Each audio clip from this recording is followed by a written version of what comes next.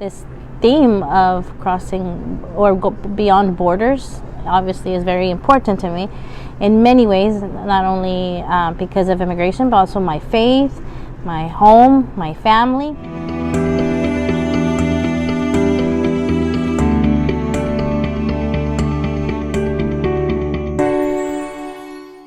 What comes to mind when you think of borders? Hello, my name is Russ Bermejo, and in this podcast episode, we want to reflect upon the recent NACSW 74th Annual Convention.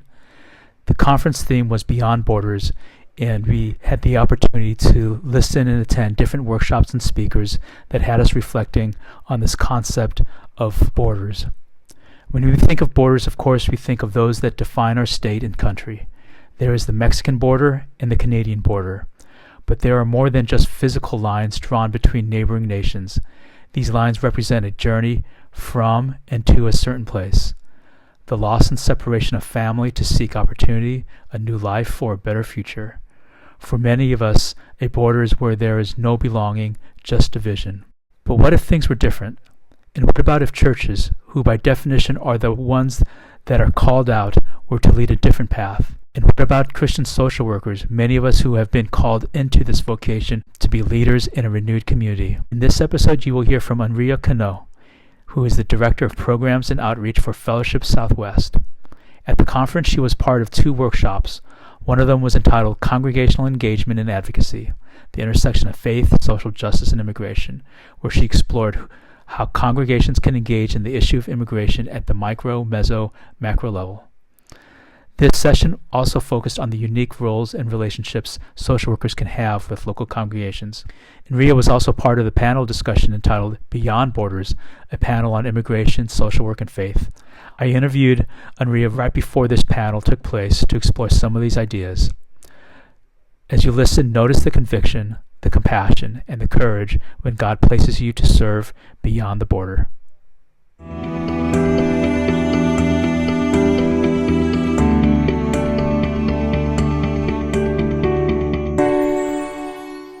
Hello, my name is Anyra Cano, and I work for an organization called Fellowship Southwest, where we work in 4 areas of racial justice, native justice, immigration, and hunger. And we focus on those 4 issues. But the issue or the program that is our biggest program is the immigration program. And so I help mobilize churches and ministries to work either going to the border and being able to see what God's doing there, or to go to their legislators and speak about just policies that affect their communities. I am originally from El Paso, born and raised in El Paso, which is border to Ciudad Juarez, Mexico. My parents are both from Mexico, so I'm the child of 2 immigrants, and grew up in El Paso among many type of immigrants. It's probably my favorite place on the planet is to be in El Paso, to see the intersection of 2 countries, but also to see the solidarity that many times exists between these 2 communities. But also there's one of the biggest military bases in El Paso, where you find people from many places in this world, not just the U.S., and being able to grow up with people who are of different descent, different places in Latin America, different places in Asia, Europe, really gave me the opportunity to not only know Latin American or Hispanic per se immigrants, but also get to know people from other countries. And so that's been very important in my life, being raised by 2 immigrants who face their own challenges, but also being able to learn from other immigrants. And so for my husband and I are also pastors in Fort Worth. We've been pastors there at Iglesia Bautista Victoria en Cristo for 16 and a half years. And it is an immigrant church made up of immigrants of different backgrounds with different immigration statuses and have been through different immigration processes. And so this theme of crossing or go beyond borders obviously is very important to me in many ways, not only because of immigration, but also my faith, my home, my family. And so going back to my work with Fellowship Southwest, I am the Director of Programs and Outreach, where I get to, as I said earlier, get to mobilize churches, either to see what God is doing on the border with what's happening with migration happening now, or to crossing, I guess you can say, the borders of what feels comfortable and speaking on behalf and for immigrants or migrants in our communities. And one of the things that I spoke about earlier today, the breakout that I led was about congregational, how congregations do social justice in regards to immigration, and we talked about the different ways that Fellowship Southwest does that when in its ministries for immigrants, whether that's going to the border, as I said, and being able to invite churches to come and see what God is doing.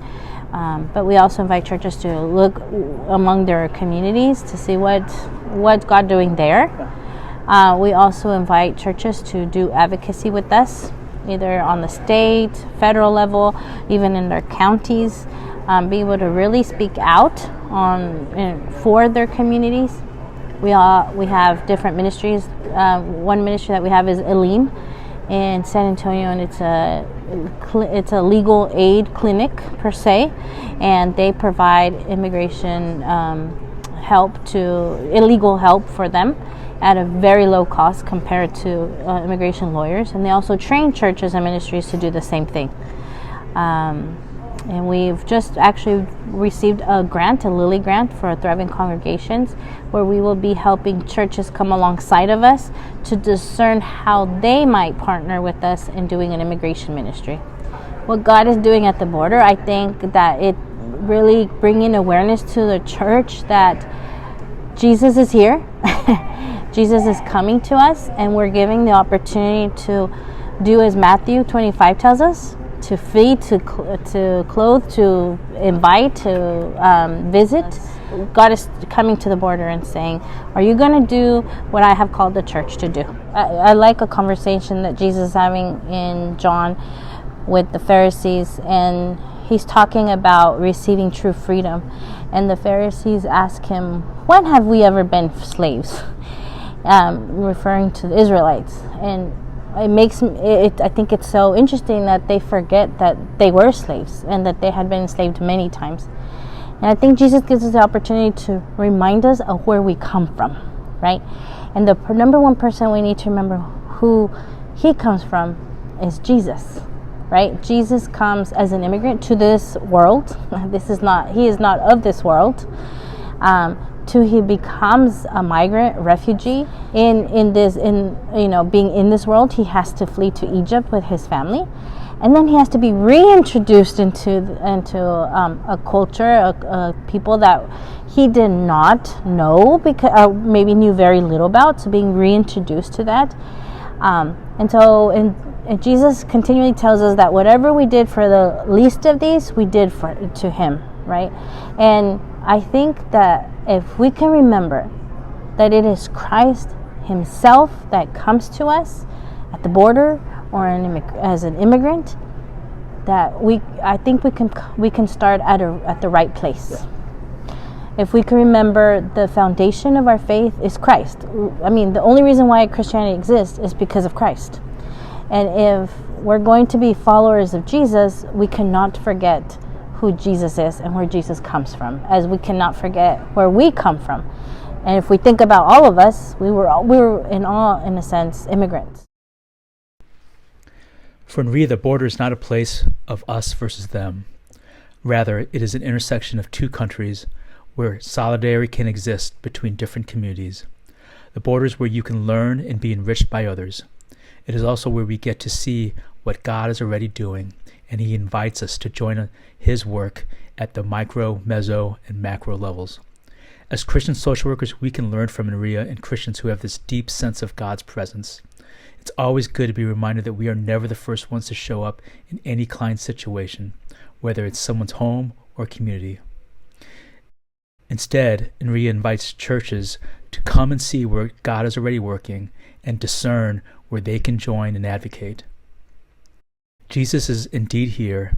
It is a place of invitation. The border is also a place where God reminds us where we came from. For the nation of Israel, God repeatedly reminds them where they came from, once enslaved and once foreigners, and it's this exact identity that he uses to justify his commands to take care of the foreigner. And of course, he never asks us to do something that he hasn't done himself, and that is to move beyond his own border to rescue us. The border is where we meet Jesus. I asked Anyra her thoughts and reactions to the emotion of fear around the issue of immigration, fear of crime, drugs, and taking of jobs. Notice how she expresses her faith, which forces us to re-examine the zero-sum mindset that often characterizes our politics. So data shows that crime among immigrant communities and among undocumented communities, that crime is far much less than in non-immigrant communities. Just this morning, I was listening to a podcast where we had with Karen Gonzalez, who is an immigrant from Guatemala and a theologian who speaks a lot on immigrants.